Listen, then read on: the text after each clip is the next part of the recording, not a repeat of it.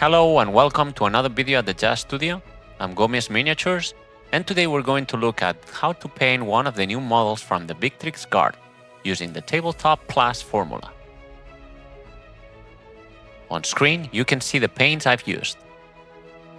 In this tutorial, we're going to show you an optimized process so you can paint these ultramarines quickly and to an excellent standard. 5 steps and 5 hours to achieve this result.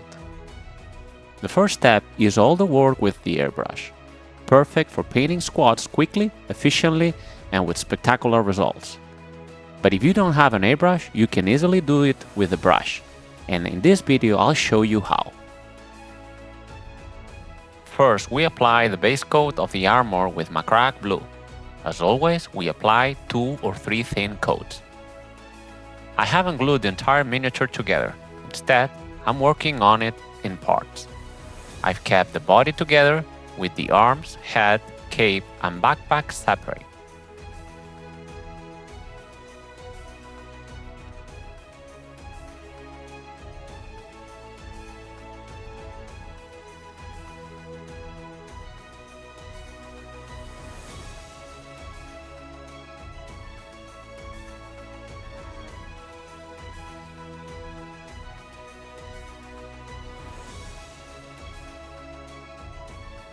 Once the base coat is dry, we'll apply the shadows using a 1-to-1 mix of Canto Blue and Black, adding a drop of a purple tone.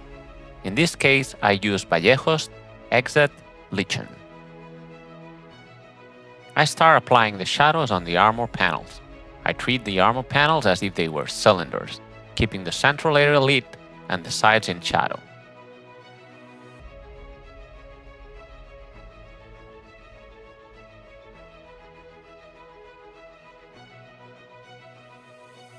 Here are some shots so you can see where I'm applying the shadows.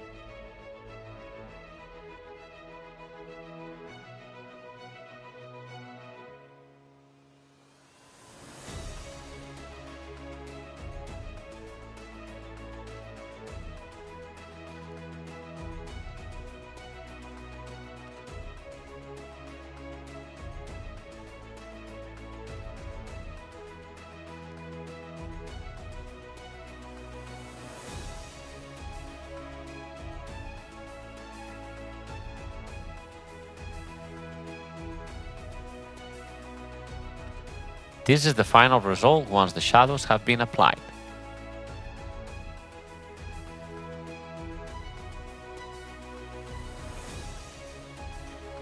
For those who don't have an airbrush or simply prefer using a brush, we start by mixing roughly 1-to-1 Canto Blue and Black on the wet palette, adding a little purple.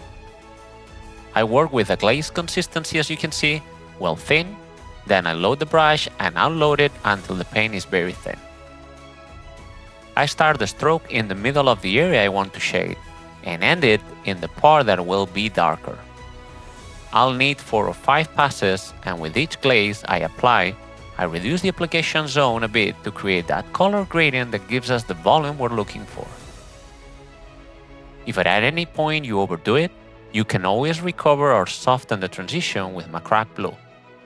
For the transition to look smooth and natural, you'll need to work the shadow and then recover with Macrack several times until you're satisfied with the transition between colors.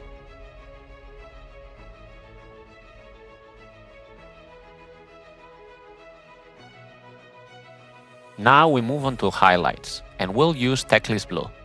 We apply the highlights by placing the airbrush above the miniature, focusing on the chest, the top of the knee pads, the feet, and the areas we want to illuminate.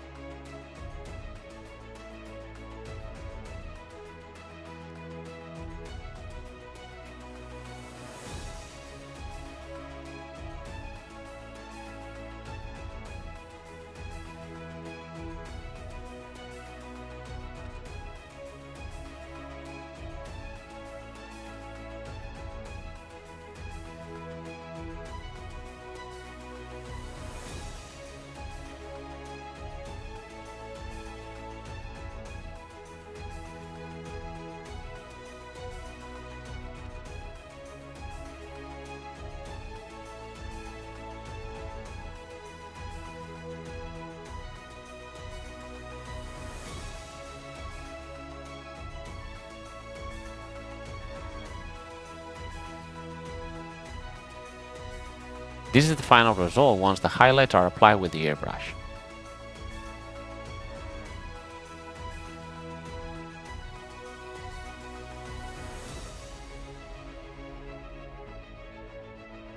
Just like we did before, if you prefer to do it with a brush, apply Techlist Blue in very thin glazes and work it in the opposite direction of the shadows. Start the stroke in the center of the area to be highlighted and finish the stroke in the area we want brightest. I'll need 4 or 5 thin passes.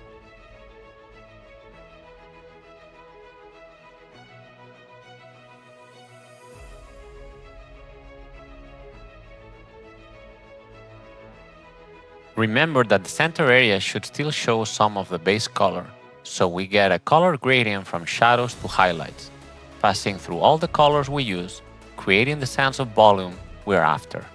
For that, all the colors must remain visible.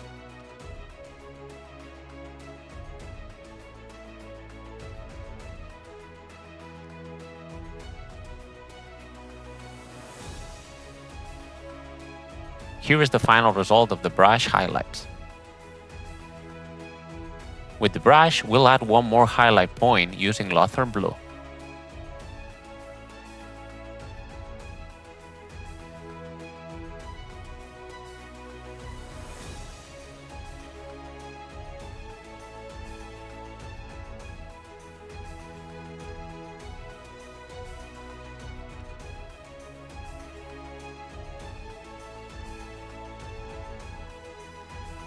This is the final result with the brush. Now we move on to painting the cape. We start with the outer side using Mephiston Red as the base coat. We'll apply 3 or 4 thin coats.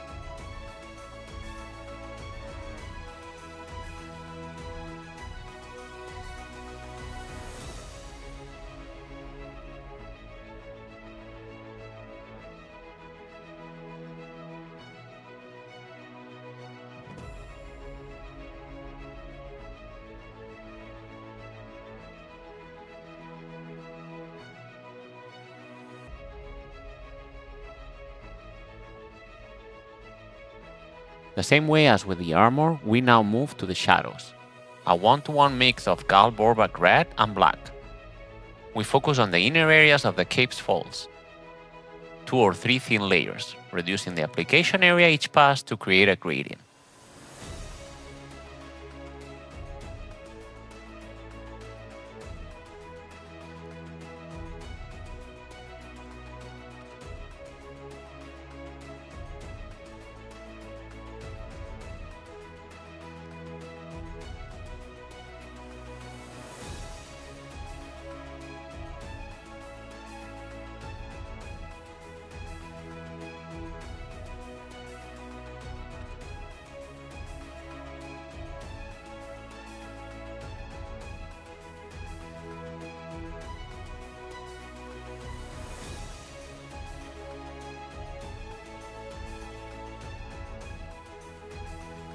With the brush, we do the same, applying glazes of the mix into the folds.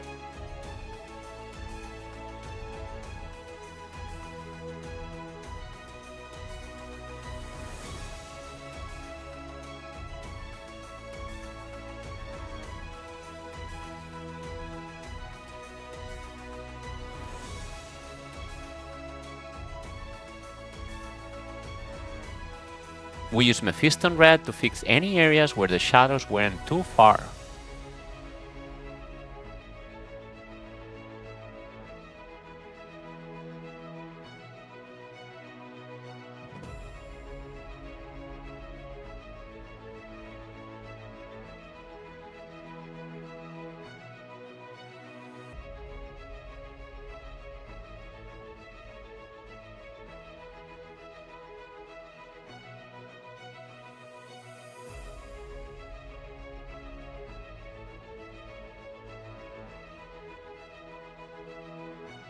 We add some highlights to the cape with Evil Sand Scarlet, focusing on the highest points of the fold.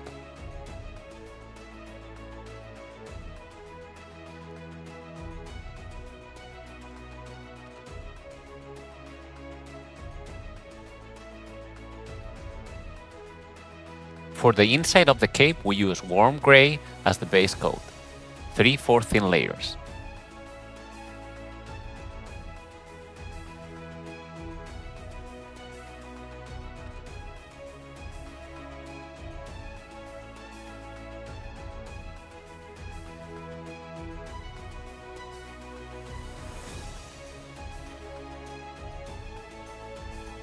For shadows, we use a 1-to-1 mix of green-brown and reddish-gray. Apply it in the same way as the red side, focusing on the inner parts of the folds.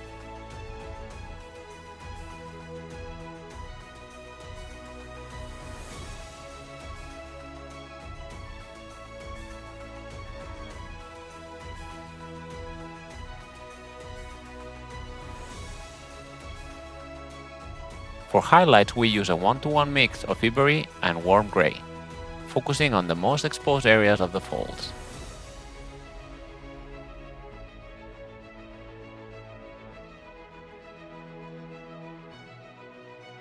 In step 2, we do the shadow lining of the armor. The fastest and most effective way is using oil paints or a panel liner like the black one from AK, which already comes prepared. Remember to shake the bottle before using it. I apply a thin layer of gloss varnish to help the panel liner flow better across the miniature surface and into the recesses. Once the varnish is dry, we apply black panel liner into the recesses of the armor panels. If you're not precise, don't worry, you can always clean it with a cotton swab and some mineral spirit.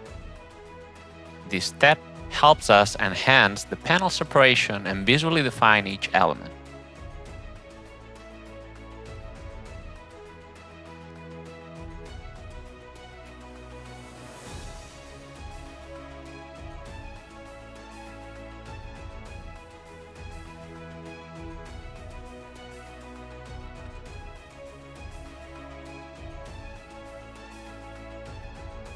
Let it dry for 15-20 minutes and then with a makeup swab or a Q-tip, slightly dampen with a mineral spirit, clean any excess carefully. Don't press too hard or you'll remove the paint from the recesses, which we don't want.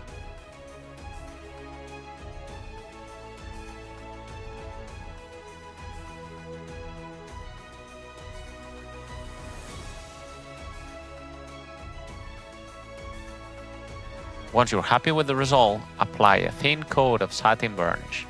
This is mainly to set the ovals, but also because I don't like painting under bright varnish because it reflects too much and strains my eyes.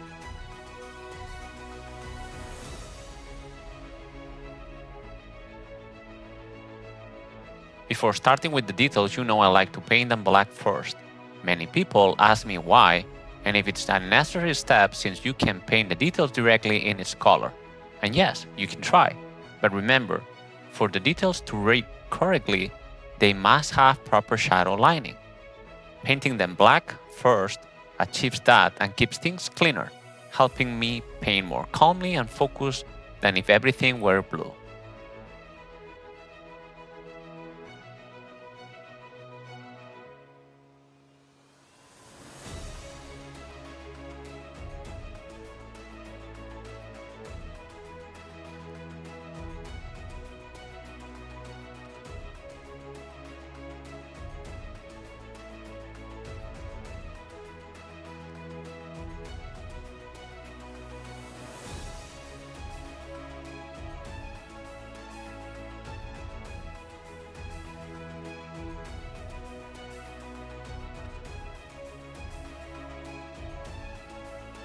Now we move on to step 3, the base coat of all the details.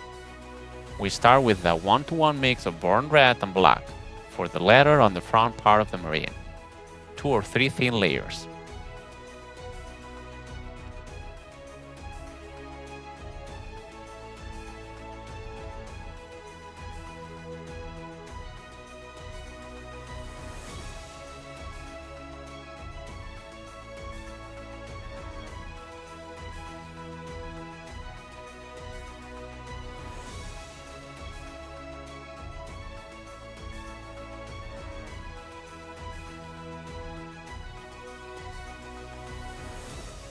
For all the gold elements, we use Retributor armor. It's a beautiful color, but to make it flow well from the brush, you need to add a drop of water. You'll need 2-3 thin coats.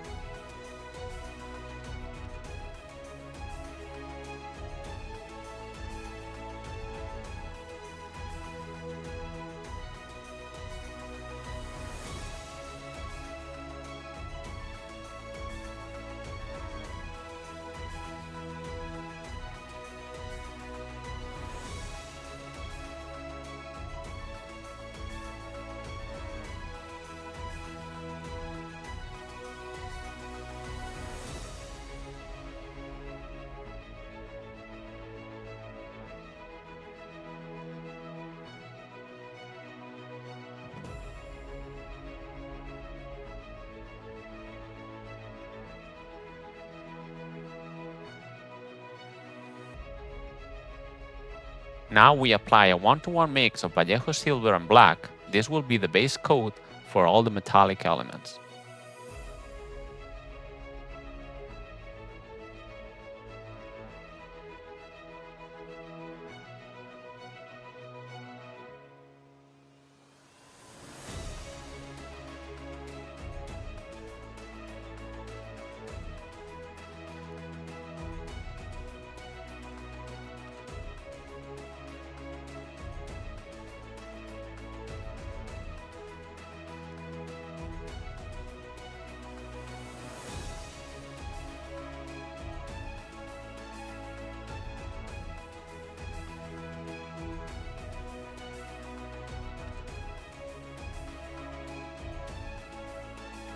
We use corn red for the decorative cores holding the cape around the neck and for the axe handle.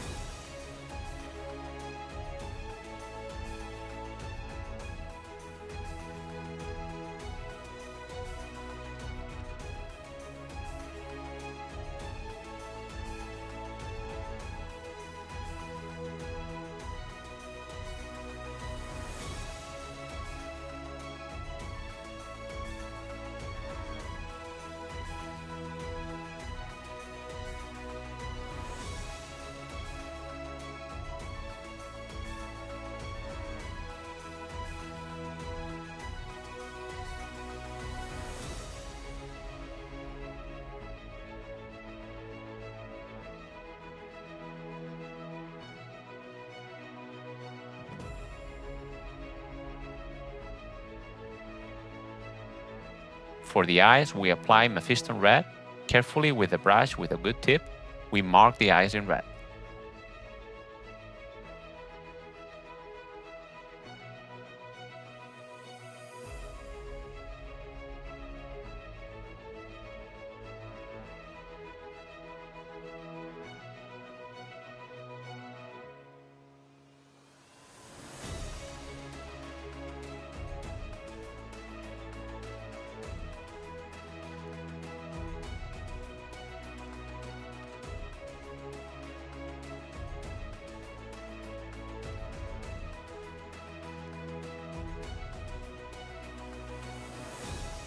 We use Corex white as the base color for purity sealed parchment, the leg scroll, and the shoulder trim. I like Corex white because it covers really well. I'll need 2 thin layers.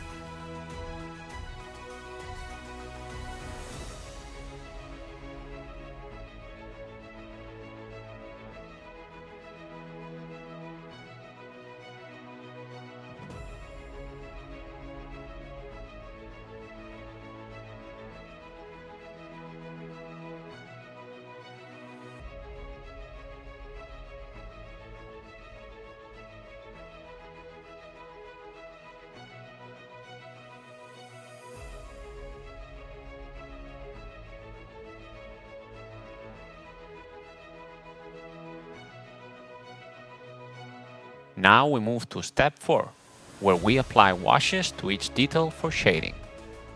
For the gold, we apply a 1-to-1 mix of Gilman Flash and contrast medium. Apply it generously over all gold areas, being careful not to pull too much or you'll lose detail.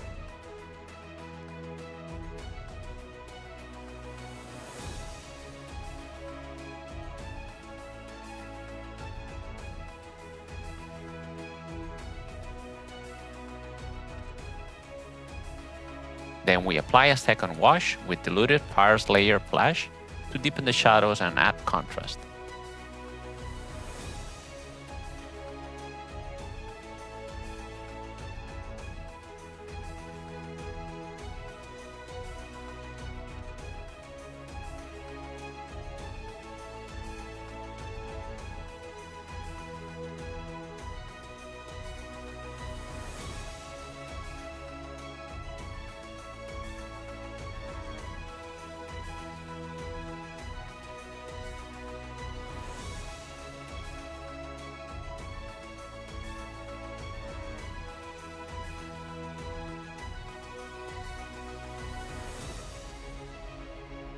We apply Nuln oil over the leather of the Marine's front.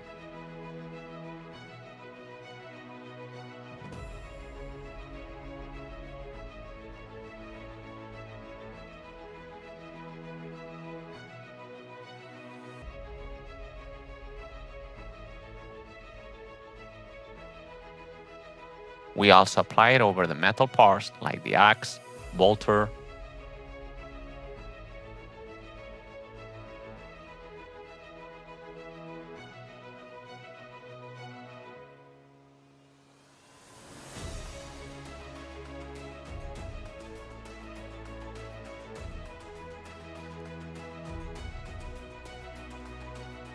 Finally, we apply it over the cord that holds the cape and the axle handle.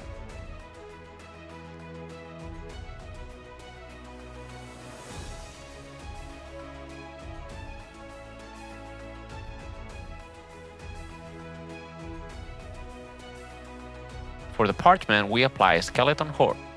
It's a contrast paint and we apply it directly from the pot. Try to move the paint into the darker zones and recesses.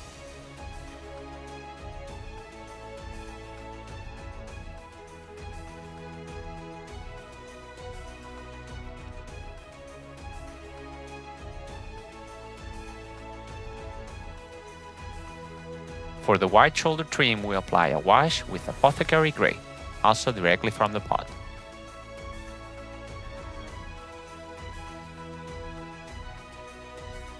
We move now on to step 5, edge highlights for the armor, cape, and all other details. We start with the armor, and for the first edge highlight we use Macrack Blue only on the shaded areas. This step is optional, but I like using it because highlighting over shadows doesn't create such drastic contrast as starting immediately with lighter colors.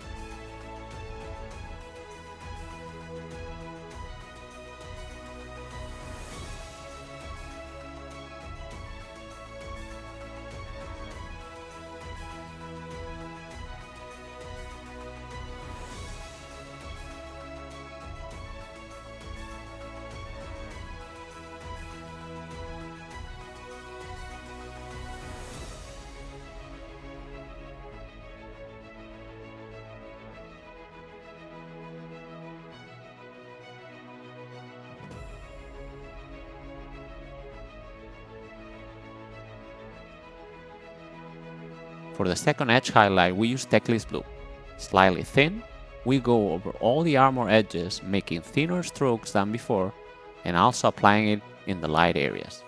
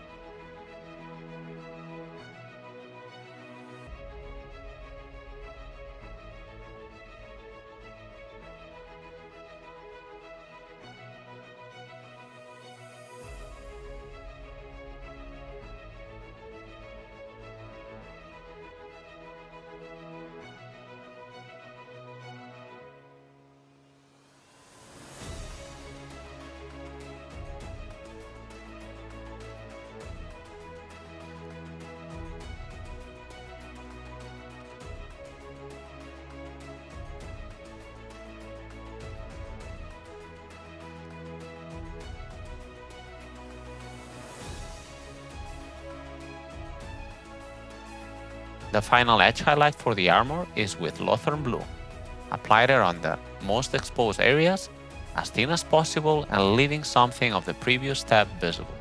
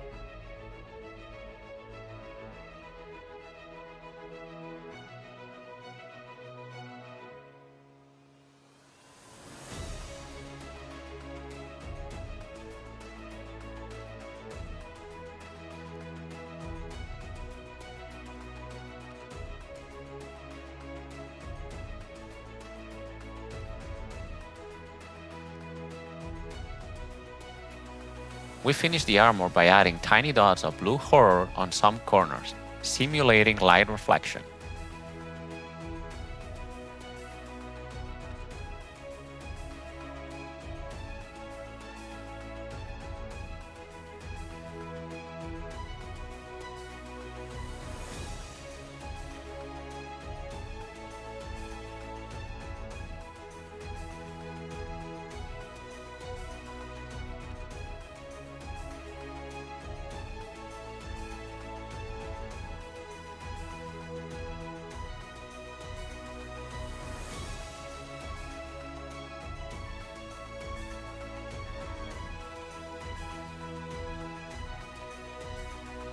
For the black details, belt, armor joints, some bolter parts, we start with a thicker edge highlight using etching gray.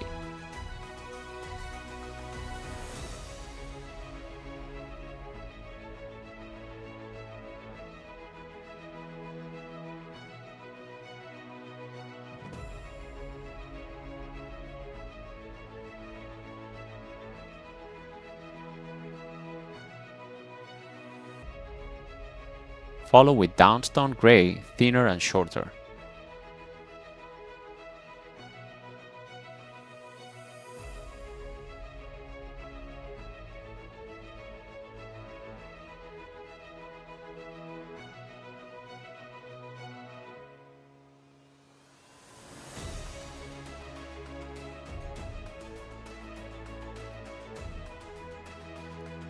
Finally, we use Administratum Gray to mark the brightest points.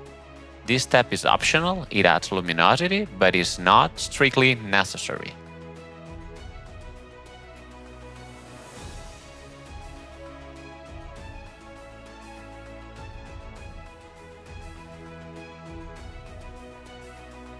For the red details, we start with corn red.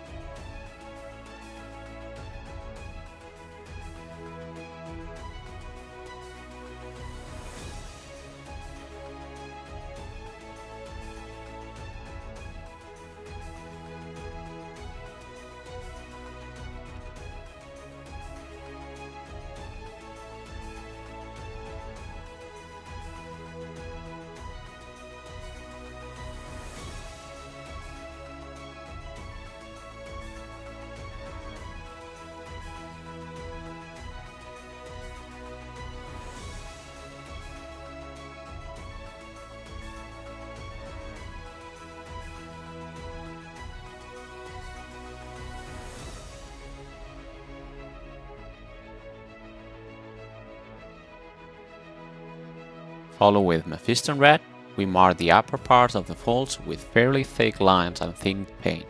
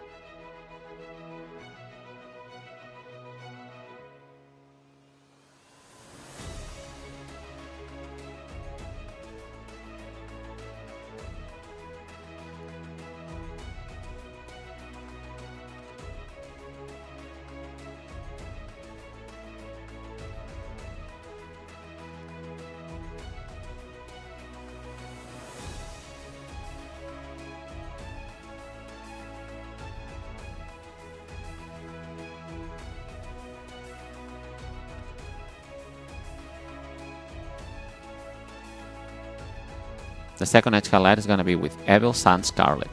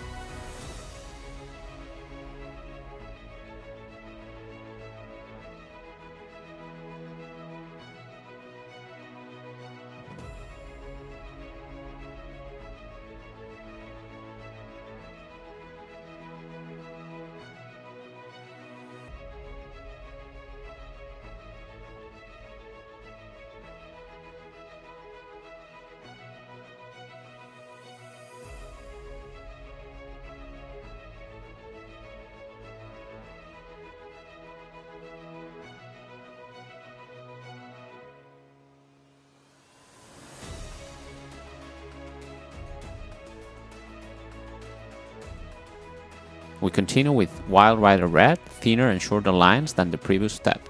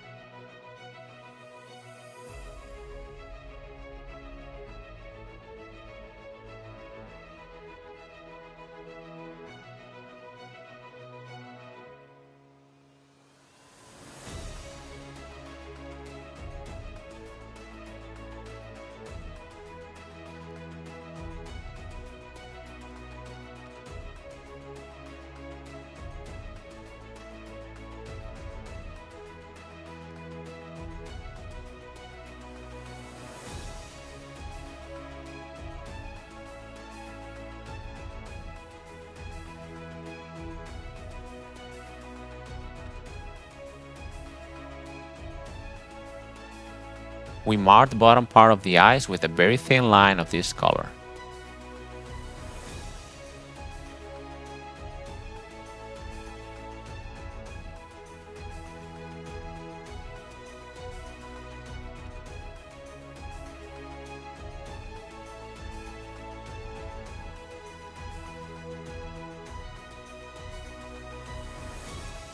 The final edge highlight is with Fire Dragon Bright, the thinnest possible lines on the most exposed or elevated areas.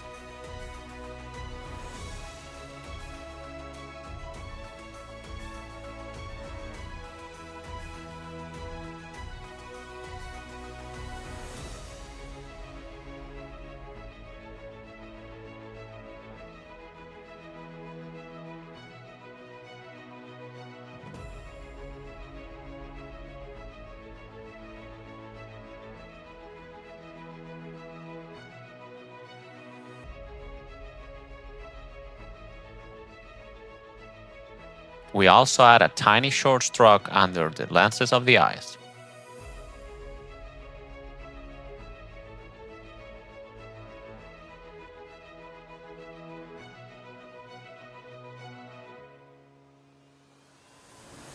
We finish the reds with dots of Lugganath orange in the intersections of the cape folds.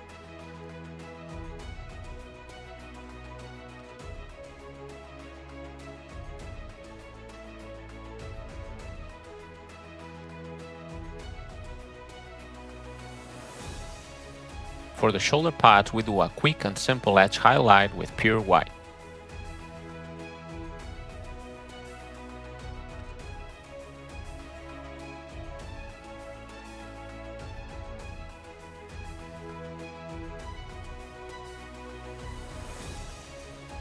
We add a white dot at the back edge of the eye lenses. The goal is highlighted with a 1-to-1 mix of Retributor Armor and Vallejo Silver, focusing on the elevator areas of the filigree and other details.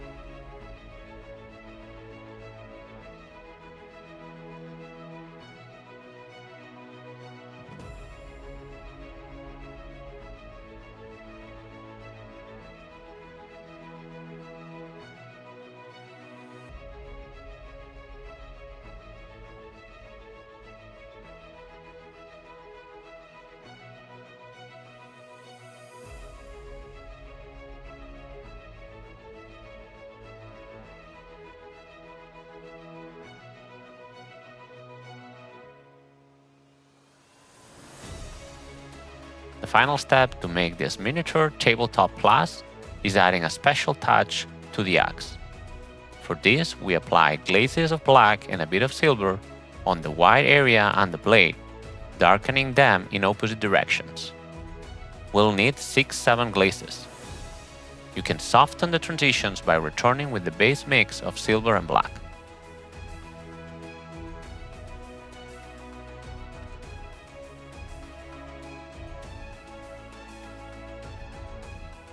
Once I'm happy with the contrast, I edge highlight the axe with silver.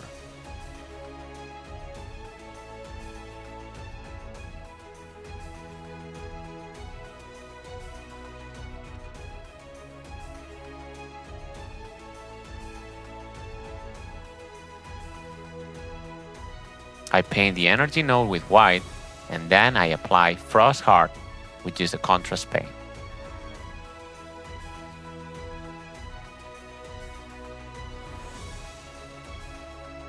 With the Killing Green, I apply very thin glazes near the node and in the direction of the energy source to simulate glow.